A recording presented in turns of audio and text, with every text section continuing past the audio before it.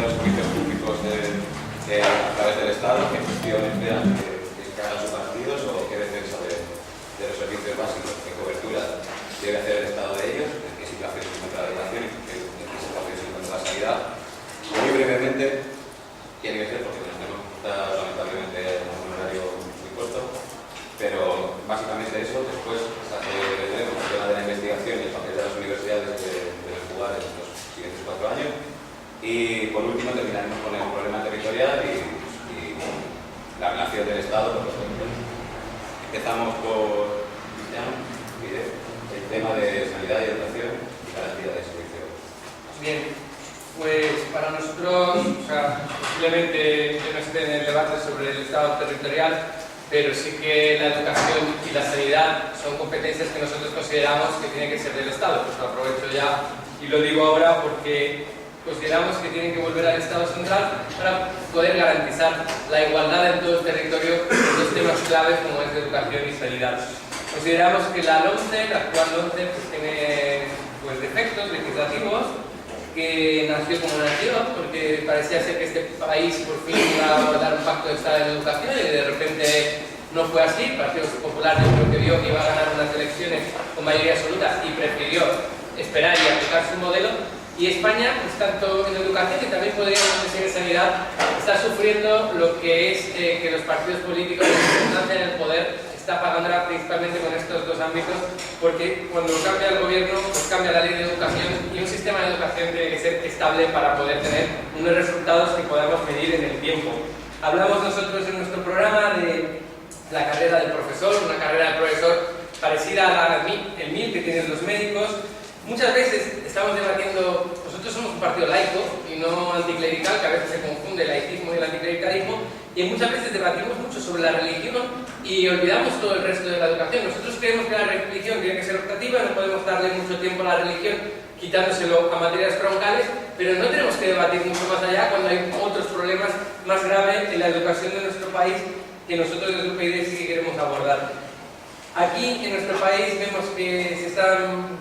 Cuando hablaba de recuperar las competencias, porque se están dando clases de, por ejemplo, no es la historia igual la que se reparte en Baleares, la que se estudia en Baleares que la que se estudia en Madrid, por ejemplo. La candidata nuestra por Baleares me comentaba que ella estudiaba el reino catalán aragonés en su colegio. Vosotros aquí sabréis más historiadores que yo, que soy ingeniero, no soy del ámbito de la historia, pero el recuperar la competencia es para garantizar, por ejemplo, que en toda parte del territorio nacional tenga un programa común y no haya diferencias entre 17 comunidades autónomas. En la sanidad pasa lo mismo. Hay comunidades donde unas pruebas médicas te las hacen y otras comunidades donde no. Y eso es una injusticia. La gestión de la sanidad puede ser autonómica. Ciudadanos defiende, igual que nosotros, la tarjeta sanitaria unitaria en todo el territorio nacional. Sin embargo, no defiende que el Estado recupere la competencia en materia de sanidad. Hace falta también un gran pacto de Estado en esta materia. Hace falta que los consejos de salud de los municipios también funcionen y, no sé si entraba en este punto, y más demasiado hablamos antes, nuestro compromiso de una inversión del 2% del PIB para que sea estable y que la cultura, pues bueno, volver aquí con los consejos de salud. Bien, yo quería destacar que en primer lugar, datos, me gusta venir a este debate con datos, en el gasto por habitante de sanidad, en educación y sanidad, el gasto por habitante se ha reducido durante el gobierno del Partido Popular un 20%. Entre 2009 y 2013, el gasto por habitante en la Comunidad de Madrid ha caído de 2.614 euros por habitante a 2.113, un 19%. La Comunidad de Madrid, que es una de las comunidades más ricas de España, es la tercera comunidad con menor gasto social de toda España, la tercera con menos, los terceros por la cola, después de Baleares y Canarias. Al estado del bienestar se le han abierto grandes vías por la educación, por la sanidad, que además son las herramientas que son fundamentales para garantizar la cohesión social. No es admisible que ciudadanos que no tienen recursos tengan una educación de segundo nivel. Y nos estamos peleando muchas veces en cosas que no es lo importante, que es educación pública, que es educación privada, que es educación concertada. Mira, lo importante no es eso, porque en la educación privada, en la pública y en la concertada hay buenos profesionales. Mira, yo he elegido, porque he querido, llevar a mis hijos a la educación pública, porque creía que era conveniente que mis hijos convivieran con gente de todas las calores, de todas las riquezas, de todas las clases. Los dos primeros. El tercero, por un tema administrativo, ha tenido que ir uno concertado. Yo estoy encantado con la pública, he estado y sigo estando secundaria en la universidad con la pública, y el tercero, que está en primaria, está en educación concertada, y estoy encantado porque veo que hay buenos profesionales, que hay buenos trabajadores. Lo que necesitan esos trabajadores es que se les apoye. Lo que necesitan es que no se denigre su trabajo y su función. Lo que necesitan es que sean valorados. Entonces, ¿qué proponemos desde Ciudadanos? No entramos en esa lucha de vamos a quitar, vamos a pedir, como se ha hecho hasta ahora. Llevamos en España muchos cambios legislativos en materia de educación. Hemos tenido la reforma del PSOE, la siguiente reforma del PSOE, luego la del PP, luego la del PSOE, luego la del PP. Utilizamos la educación para agredir un partido contra otro. Es la herramienta que tenemos para bloquear al diferente. No puede ser así, tenemos que sacrificarnos y tenemos que votar. Estamos buscando la herramienta. ¿Qué proponemos? Primero, gratuidad de la enseñanza, independencia, unir docentes, como ha propuesto también UPyD, que los docentes no sean de las profesiones peor valoradas, sino al contrario, es una de las profesiones más importantes y que deben ser mejor valoradas. Pretendemos una reforma universitaria, están escapando con la reducción del número de cursos que tienen los alumnos en la universidad. Supone que tenéis que gastar más en máster. Yo soy profesor de esta universidad y para mí es una pena cómo ha evolucionado la situación de la universidad en los 10 años que llevo siendo profesor. Cómo chavales que antes podían pagar su educación, ahora no la pueden pagar y tienen que dejar la mitad, pues se quedan con un título que es una especie de título de grado medio universitario que no les sirve para trabajar porque se tiene que gastar pues a lo mejor 30.000 euros en un máster para poder trabajar. Eso es desigualdad y eso es discriminación. Y contra eso es contra lo que tenemos que trabajar.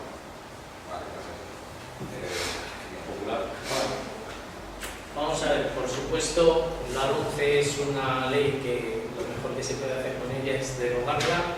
Voy a ir a toda prisa, claro, pero en fin, no nos queda más remedio, ¿no? A todos. Lo mismo la LOU, lo mismo la mercantilización de la enseñanza que se ha hecho a través de medidas como por ejemplo el decreto 3+2, que también debería desaparecer el decreto de acceso a grupos docentes o el decreto de universidades. Realmente estamos ante una revisión total de hechos, y hechos es el deterioro brutal de la enseñanza pública y de la sanidad pública en los últimos años. Eso es un hecho incontestable y lo que tenemos que abordar es eso y poner medidas que puedan resolverlo. Eso supone un cambio de paradigma, un cambio de concepción de la función pública, de cómo debe intervenir lo público tanto en educación como en sanidad para garantizar su universalidad y gratuidad, empezando en la enseñanza por la gratuidad desde 0,3, que en ese momento no está ofrecida, a toda hasta terminar los estudios. Todas esas medidas se deben tomar igual en el tema de sanidad, porque además es una sanidad de calidad, donde tienes que estar meses esperando, no la situación que hay. O sea, realmente yo vivo en Madrid, pero soy de un pueblo más pequeño y en mi pueblo la gente se tira de los pelos cuando les digo que mi barrio tiene 72.000 habitantes, pero no tiene un hospital. Porque claro, realmente es alucinante los niveles que hemos admitido respecto a la atención sanitaria por nuestra parte, y lo mismo en educación. En educación planteamos llegar al 7% del PIB para poder cubrirlo. Y por supuesto no estamos a favor de un estrechamiento del Estado en este tema. De lo que estamos también es a favor, y termino con esto, de una separación total Iglesia-Estado.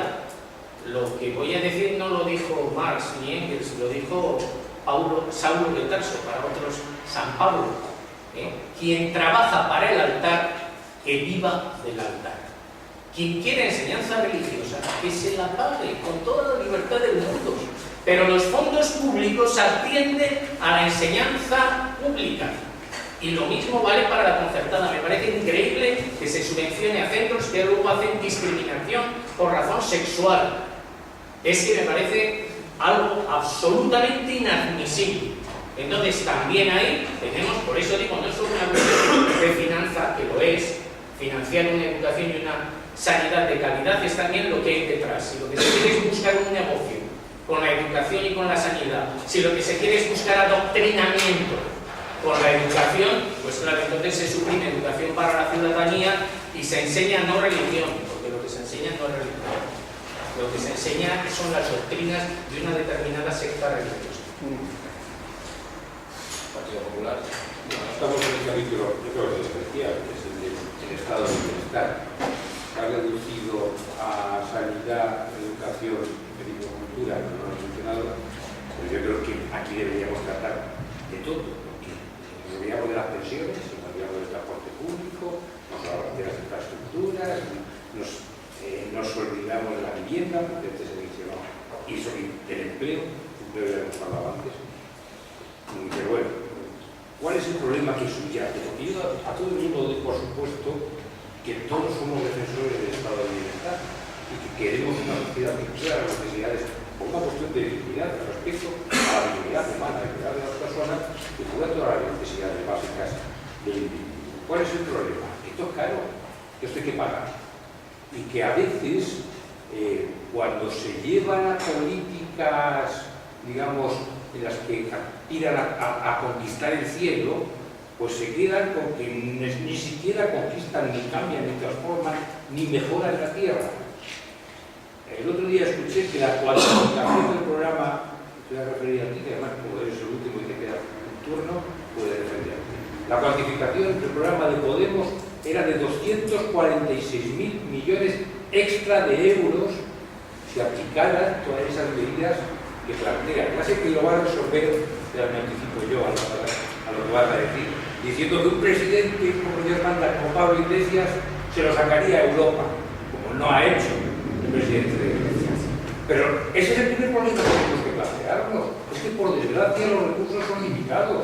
Es que creo que lo que más se ha conseguido, el mayor éxito del Partido Popular de estos 4 años de gobierno, es que creo que en lo básico hemos salvado el estado del bienestar en las grandes cuestiones. Y sé que hay 1000 problemas. Antes se criticaba los horarios de transporte del transporte público, pero reconocía que creó una red, el Partido Popular en la Comunidad de Madrid. Se critica la calidad del empleo, pero se reconoce que se está creando empleo. Bueno, tenemos el mejor sistema sanitario, que tendrán mejoras que hacer. Y tenemos un sistema, una educación universal, que de estos últimos 37 años, que no era así antes. Un sistema educativo universal, gratuito, que hay cosas que cambiar y que mejorar, sí, pero también hay que pagar. ¿Sí? También hay muchas asistencias que ofrecen, hay que pagar pensiones.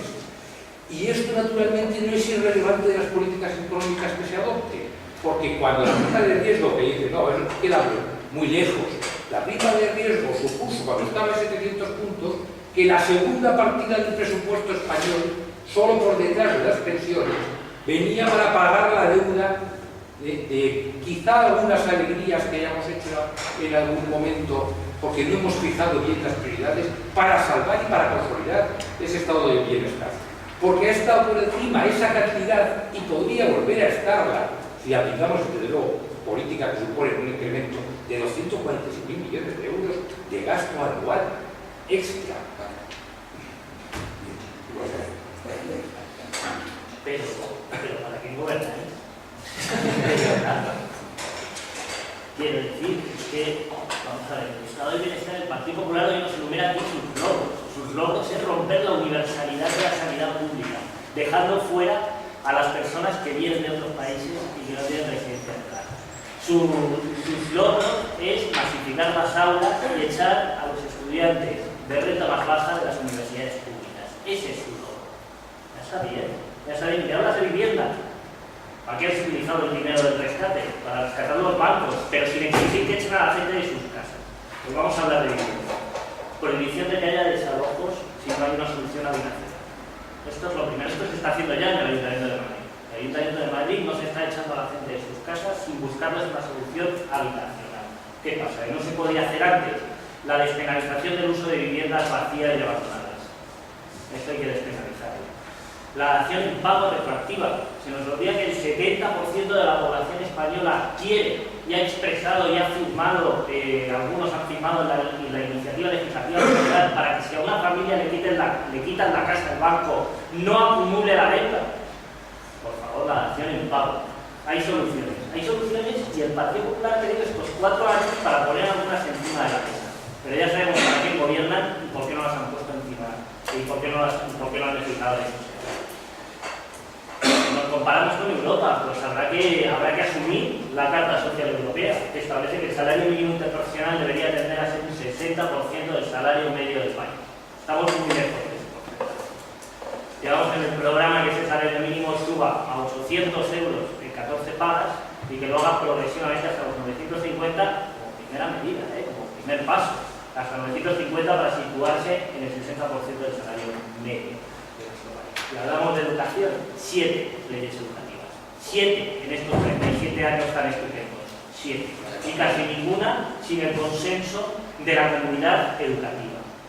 Aquí, con la participación de estas leyes, hay que contar con las cámaras, hay que contar con el profesorado, y hay que contar con ellos para poner encima una ley que solvente el problema de que cuando se produce una sustitución, o cuando se produce una baja por enfermedad, o se produce una baja por maternidad, no viene nadie a sustituir esta plaza y se genera una rotación entre los profesores. Eso hay que ponerlo en la ley, y hay que reducir el ratio de alumnos, que ha aumentado dramáticamente los últimos años. Y esto lo podríamos fijar por ley, y yo invito a que ese sea el consenso que busquemos.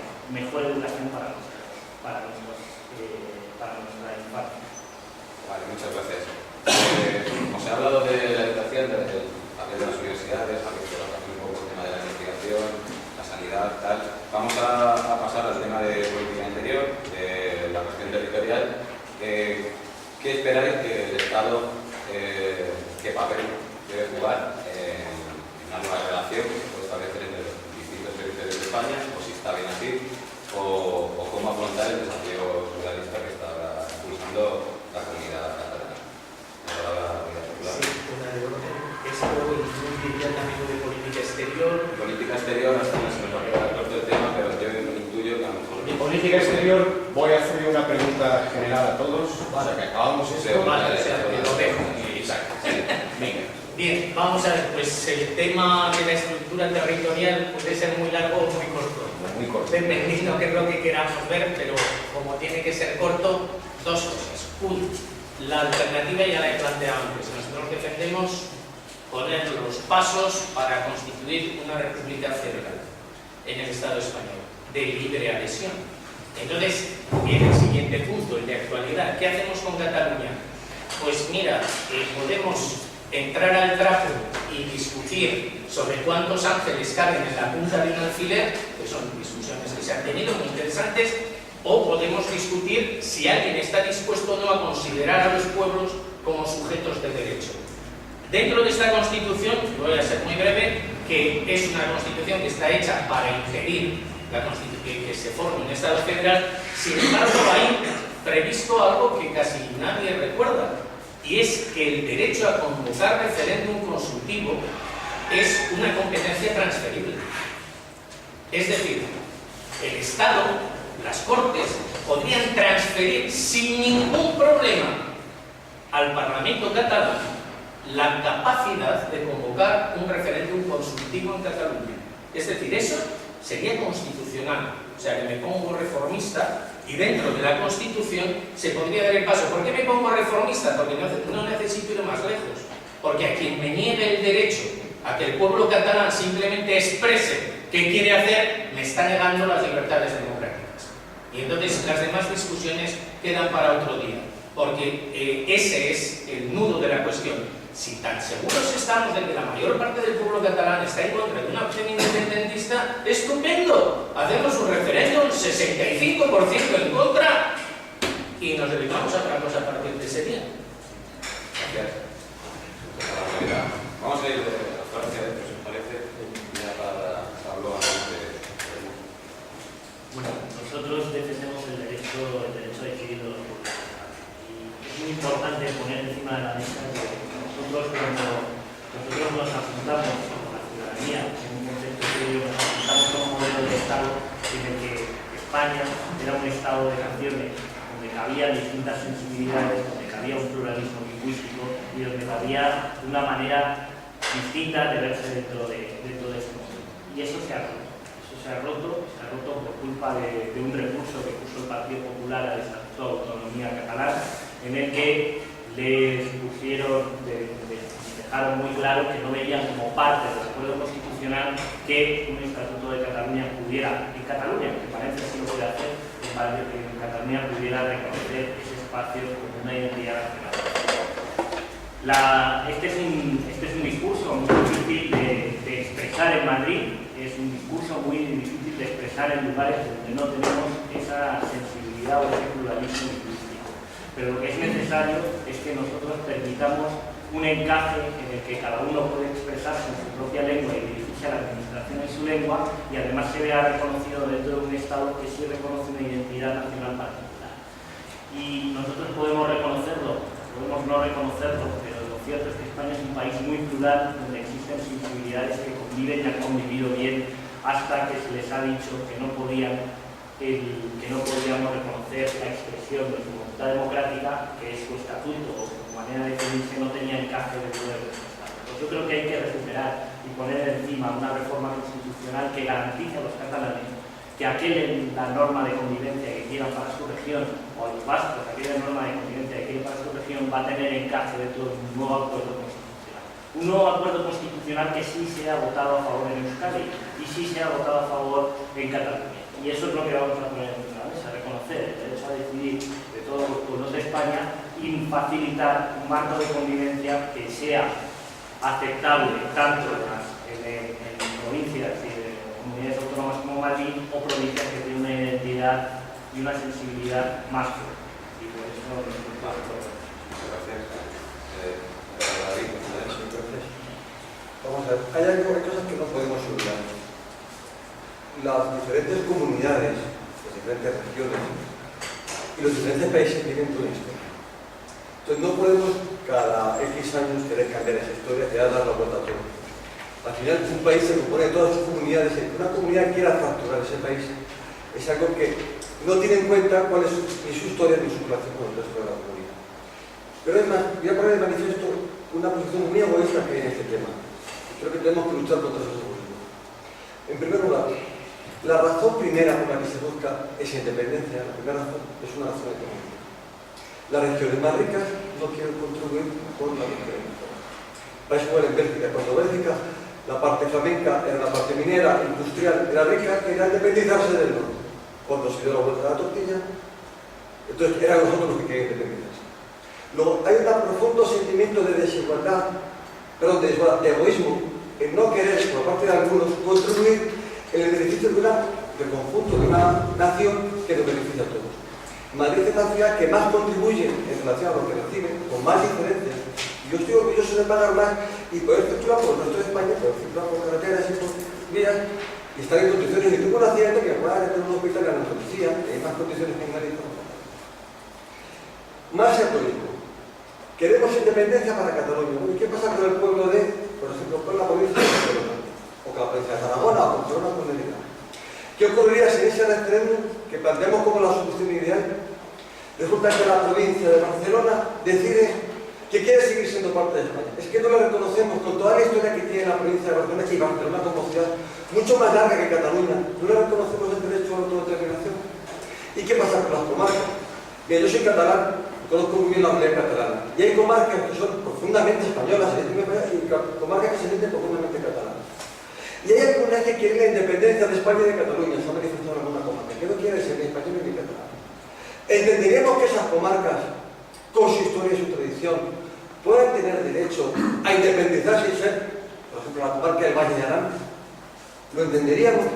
Bien, pues ese derecho que se reclama desde las fuerzas nacionalistas a decidir, termino, para Cataluña, se niega para las provincias, se niega para las comarcas, se niega para los pueblos. Luego creo que estamos engañando a los ciudadanos cuando planteamos el referéndum como la solución. Tenemos que trabajar por la igualdad, por garantizar los derechos de todos los españoles. Eso es lo que tenemos que trabajar. Bueno, a mí me gustaría continuar, es una pena porque era una intervención magnífica esta última, que no es otro más que el problema de que los términos que parece que en lo coloquial no tienen importancia, en lo jurídico y en lo político la tienen mucho.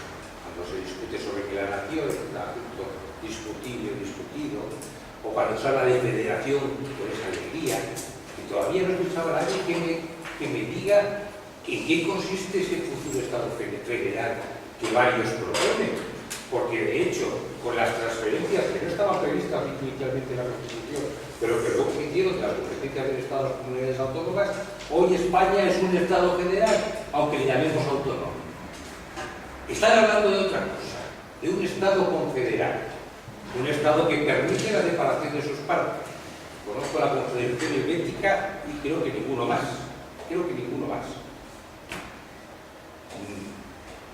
¿Dónde se pone el límite en el derecho de autodeterminación? Él ha estado bajando los escalones. ¿Por qué no bajamos más?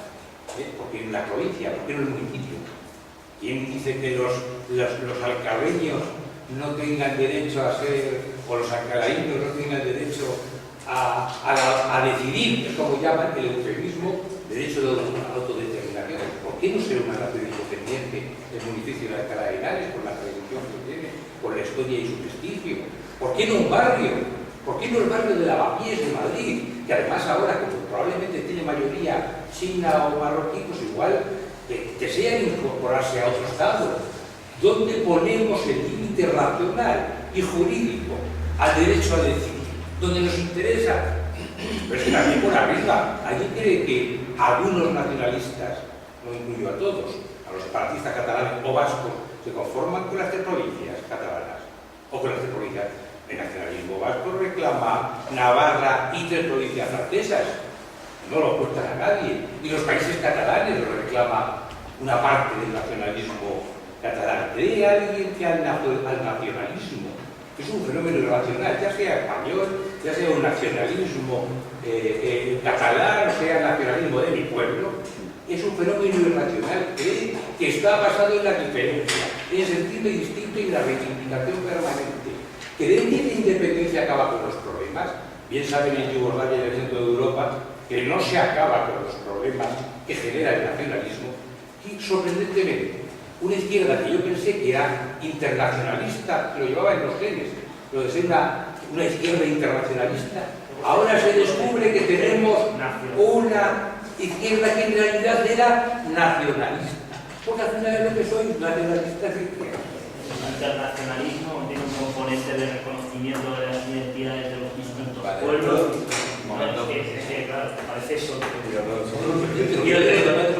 Seguro que tú dices aquí también, no te interrumpo.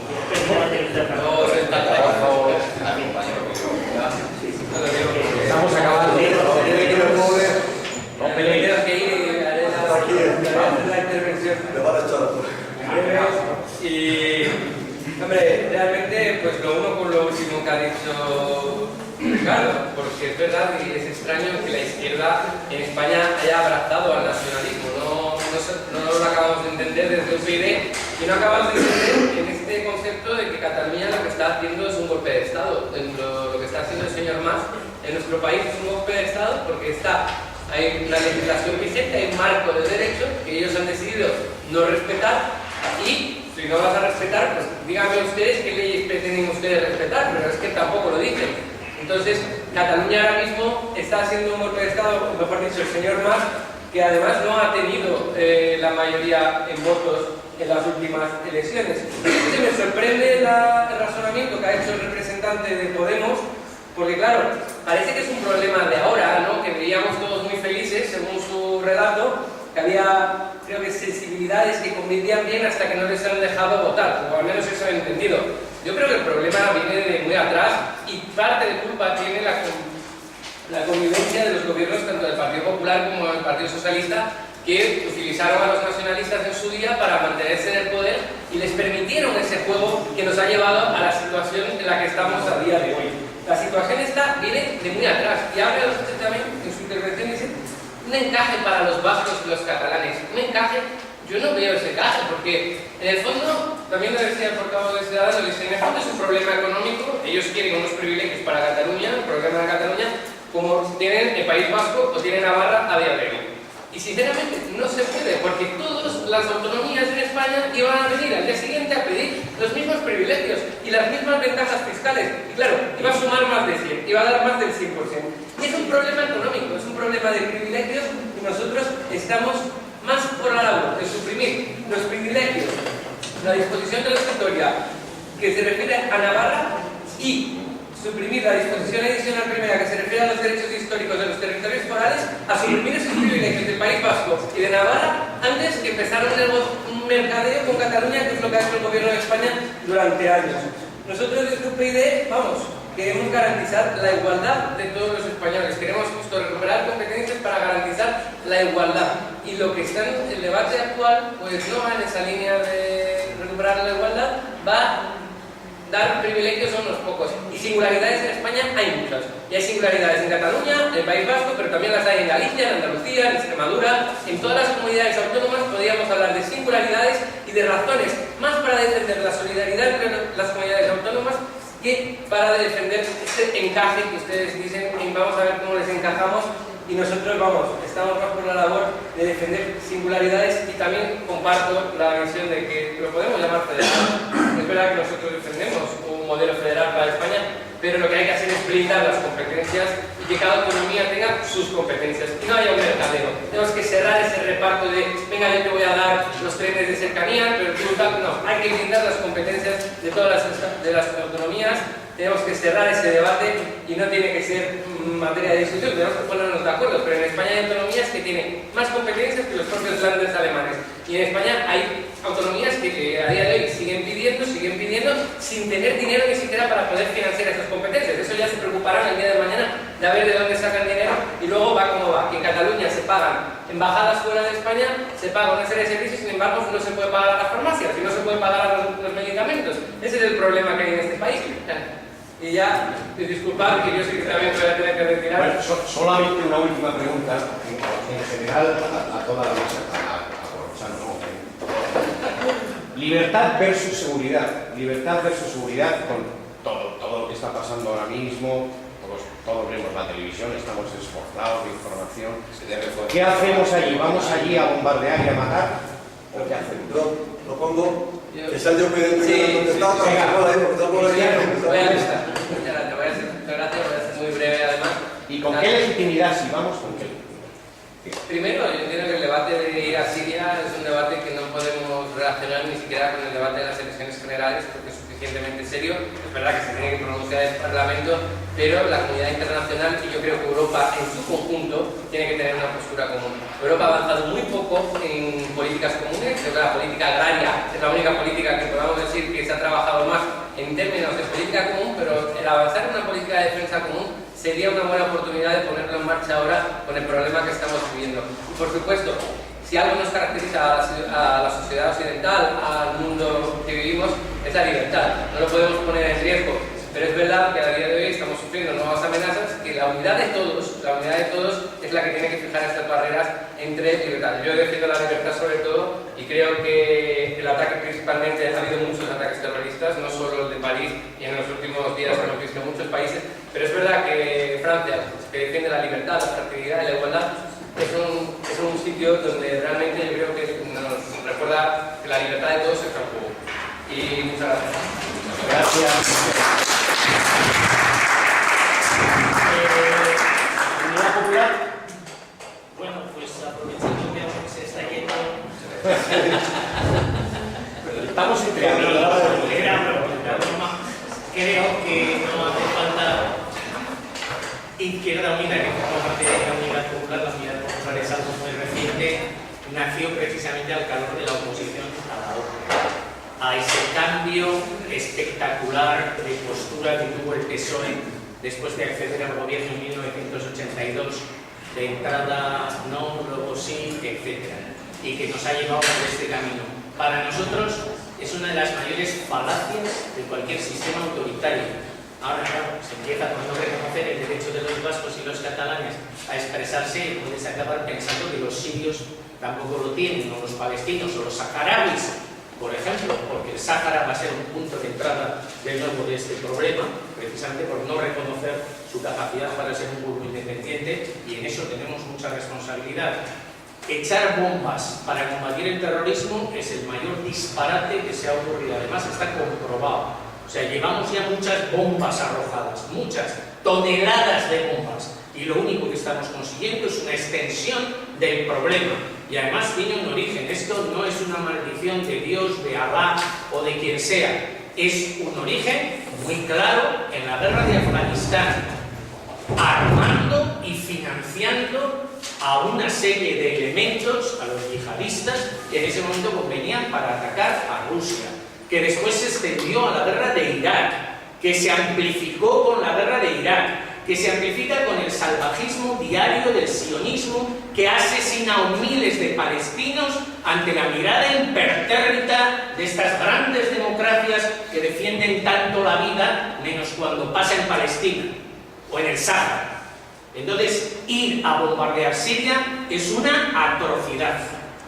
Realmente lo que hay que hacer es justamente lo contrario, abrir las fronteras a los refugiados, quitar esas cuchillas que cortan las manos en Melilla y tener sí una visión internacionalista del mundo, porque se nos ha quedado pequeño. Nos salvamos todos o nos uniremos todos. Ciudadanos. Bien. Nuestra primera pregunta, que es muy importante y que en momentos de zozobra o de amenazas terroristas pensamos, ¿tenemos que sacrificar la libertad para tener una mayor seguridad? Yo creo que no. Desde Ciudadanos creemos que no. Que haya más controles, que haya más seguridad supone un sacrificio para la libertad de cada uno. Creemos que tampoco. Es incómodo como tú vas a un puerto que le dan tantos controles que parece que es un delincuente. Pero mira, yo que por mi trabajo tengo que viajar mucho por Europa, por el resto del mundo, que he visitado muchísimos países. Uno va por Francia, uno va por Inglaterra, antes de los atentados estos que ha habido. Y ve mucha seguridad, pero uno no se siente amenazado. Porque uno está circulando tranquilamente y uno va a sus trabajos, a sus tareas, a sus quehaceres. La gente normal, que es a la que nos dirigimos, que es la inmensa mayoría de la población española, la gente normal lo que quiere es vivir con seguridad, pues ir a su trabajo, mantener a su familia, disfrutar con sus amigos, eso es lo que estamos buscando. Y eso no se puede restringir. Tenemos que buscar la manera de aplicar seguridad sin poner restricciones a la libertad de las personas. Respecto a la política internacional, vamos a ver. Voy a corregir ligeramente, voy a matizar. El origen no solamente de Afganistán, viene de mucho antes, viene de la diferencia, por ejemplo, entre el sunismo y el chiismo. El sunismo islámico, y vosotros sabéis mucho mejor que yo, y voy a ser muy breve, porque no quiero meter la pata, porque estamos muy especializados, pero yo soy más economista e ingeniero. El sunismo tiene una visión mucho más expansionista, tiene la visión de convencer a todos los demás de que es la única religión verdadera. El chiismo es mucho más moderno. Bien, existe una gran expansión por parte de ciertos grupos del chiismo. Pero, por ejemplo, hay que destacar que la inmensa mayoría de las personas, de los militares y personas que están sufriendo por la acción de estos grupos radicales islámicos, son musulmanes. Y que la inmensa mayoría de los que están luchando contra ellos son musulmanes. Y son estos musulmanes que quieren una vida en paz, que quieren convivir con su vecino y quieren irse a tomar una Coca-Cola o lo que sea. Estos musulmanes piden nuestra ayuda, piden nuestra ayuda porque están viendo como grupos de salvajes están decapitando, están matando, están torturando a las familias, están torturando a las mujeres, están torturando a los hijos. Termino. Entonces, nosotros, como parte que somos España de la ONU, como parte que somos de la Unión Europea, y siempre con la supervisión del Parlamento, tenemos que comprometernos de alguna manera, y no hablo de enviar tropas, pero de ayudar a estos países que tanto nos necesitan, y a esta gente que está sufriendo, no solamente es capaz, sino a resolver sus situaciones en sus países. A que estos musulmanes moderados, que son la inmensa mayoría, pueden llevar su vida adelante en paz y conciencia, que es lo que todos queremos. Podemos. Cierra el PP. Tenemos que apoderarnos de la reacción a estas cosas, a estos atentados. Es decir, fijaros lo que ha pasado en París y fijaros cómo reaccionamos en Madrid. En la calle salimos en Madrid a pedir explicaciones y a pedir a saber qué había pasado y por qué había pasado. ¿Y cuál fue la reacción del gobierno español? Bombardear a un país con desiertos por... No. Nosotros no nos dedicamos a bombardear a nadie con desiertos. No nos dedicamos a prohibir manifestaciones, a impedir la protesta social, a impedir la democracia y a recortarla. Y eso es lo que está pasando. Y cuando nos hablan de que se trata solo de regular para el otro, para el enemigo, para el que tiene pinta, para el que lleva barba, para el que es negro, para ellos es la regulación. Yo no me muevo con tanta libertad como el compañero por los aeropuertos, porque normalmente llevo mucha más barba y a mí sistemáticamente me someten a cachillo. Y me someten ¿por qué? Porque parezco musulmán. Y ya está. Y es por eso. Y al que es negro le cachan ¿por qué? Porque es negro. Y ese es el modelo que estamos construyendo. Ese modelo de desconfianza. No, las normas iguales para todos. Porque luego nos tocarán a nosotros. Y cuando hablamos de intervenir tan a la ligera o de que nos quedemos, que hablaremos en el Parlamento, no hablaremos en el Parlamento. Que decida el pueblo español si quiere enviar a españoles a morir a otro país. Si quiere enviarlos allí a matar. Y nadie ha abordado el tema fundamental, y es de dónde salen las armas que están en Siria y de dónde y por qué los gobiernos europeos callan sistemáticamente ante la financiación que hace, por ejemplo, Arabia Saudí de ISIS. ¿Por qué callan? Pues lo hemos tocado antes, porque no hay un cambio de modelo. Y hay que dejar de depender de los combustibles fósiles. Hay que dejar de depender de esos países productores de petróleo que utilizan esos beneficios para financiar a ISIS. Y desde luego el cambio de modelo económico que Podemos ha puesto encima de la mesa es que es posiblemente la única solución para cortar la financiación a Siria. Es que es posiblemente la única solución que tenemos encima de la mesa. Por otro lado, que es un modelo que va a generar riqueza en España, que entonces vamos a apostar por una política exterior distinta y desde luego por pulsar a la ciudadanía y por dejarles empoderarse de las reacciones. Porque es que la gente no reacciona a los atentados terroristas en Europa pidiendo más Kalashnikov, pidiendo más bombas, pidiendo más tanques. Es en cuanto se apoderan los medios de comunicación y cuando se apoderan determinados partidos del discurso, que introducen el discurso del miedo, y esa es la reacción que lleva a guerras y a... Muy bien, cierra Ricardo, que acabamos. Pues están muy bien estas palabras, algunas de las que he escuchado, las que se califica como buenísimo, pero no he escuchado qué hacer. Nunca os escucho que me digáis nada, absolutamente nada que hacer, salvo hablar. Si yo lo sé, si yo no es una receta maravillosa, si un tigre hambriento viene a devorarte, es muy fácil calmarle, le dejas que te coma y has calmado al tigre. Y cálmate, deja de vender armas. Es muy facilito. Si queréis la ley islámica en España, no habrá problemas de atentados en España, los habrá en otros países. Yo siento también discrepar contigo respecto a la valoración de la reacción de algunos en España, los que asaltaste sedes de partidos políticos en una jornada de reflexión, y la reacción de los franceses a los atentados en París. A mí, algunas imágenes de las que veía en París me daban de orgullo. Primero, la unidad de las fuerzas políticas con su presidente y con sus representantes. Segundo, la defensa de su país, de su tierra, de su nación. Es bastante razonable que se haga eso. Es bastante razonable defender lo tuyo. Es bastante deseable esperar que no te pongan bombas en los estadios. Es bastante deseable esperar que un sábado por la noche en una discoteca no te ametrallen a ti o a tus hijos. Parece bastante lógico esperar al menos una cosa. Pero estoy de acuerdo con una cosa, solo con una. No al precio de sacrificar la libertad. Yo creo que no son términos antagónicos. Creo que libertad sin seguridad es la ley de la jungla, de todos contra todos, o el más fuerte. Y creo que seguridad sin libertad es dictadura. A mí, tener miedo a un terrorista, pues cambiarlo por tener miedo a un policía, pues no me parece que haga un buen negocio. Por lo tanto, hay que buscar fórmulas que permitan ese equilibrio. En la cuestión, hay que contar con el mundo islámico. Esto tiene cierta diferencia con el yihadismo de Al-Qaeda, que era bastante popular entre un porcentaje razonablemente alto de la población islámica, porque parecía que nos bloqueaba a nosotros, pero el Estado Islámico es una guerra civil entre musulmanes, por lo tanto hay que contar con ellos. Hay que apoyar a los que lo combaten, y desde luego también comparto el análisis de que muchos males están en el origen de la guerra de Afganistán. En la guerra contra los rusos en Afganistán, yo estoy de acuerdo.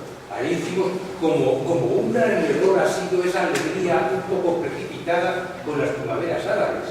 Es decir, no debemos ser frívolos en estos temas, porque a veces, por eliminar a un déspota o a un régimen de países anacrónicos, estamos provocando que salgan otros demonios mucho más temibles. Yo no estoy de acuerdo.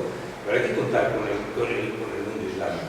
A mí lo que sí, y acabo de hablar, sí me gustaría es contar con que las autoridades religiosas, que los chiitas las tienen, y los sunitas son solo morales, pero los chiitas tienen autoridades religiosas que condenan a muerte a poetas o a librepensadores, que condenaran también a muertes a los que cometen estos atentados o militan en estas organizaciones yihadistas. Y lo mismo pienso entre los suníes. No hay jerarquía religiosa, pero sí hay autoridad moral en los ulemas, en los que hacen la oración de los viernes. Creo que hay un compromiso mayor del mundo islámico en la lucha en una guerra civil entre ellos, que también nos afecta al mundo occidental. A mí me parece que sería deseable y habría que buscarla, pero esto de buenismo, hay que hablar. ¿Con quién? ¿Con el Estado Islámico? Vale. Muy bien, muchas gracias. Muchas gracias a todos.